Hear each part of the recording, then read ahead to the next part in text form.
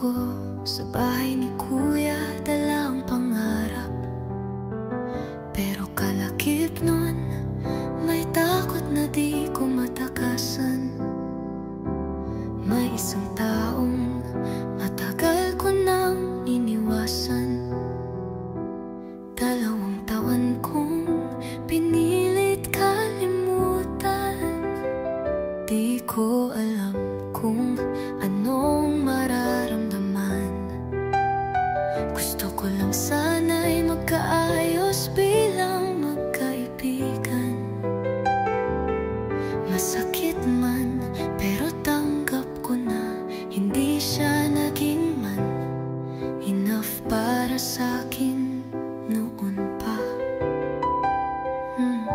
Ngayon okay na ako, wala nang galit.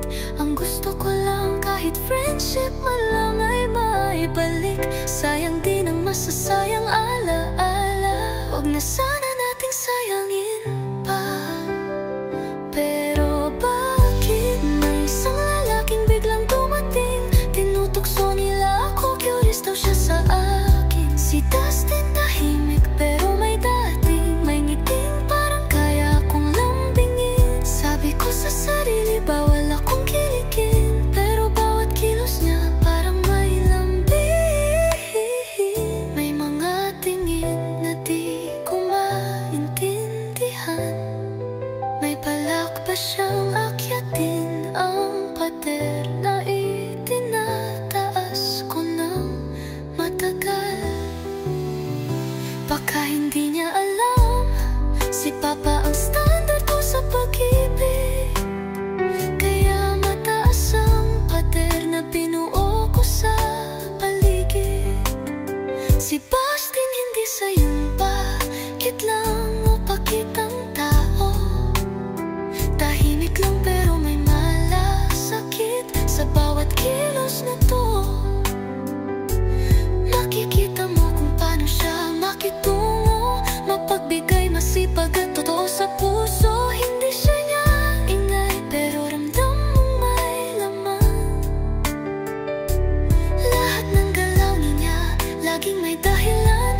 Minsan seryoso, minsan may humor din, pero laging may respeto sa akin.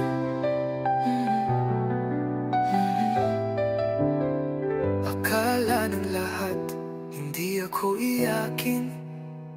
Akala nila matibay ako, ang nakikita nila isang biyangka na laging masayahin.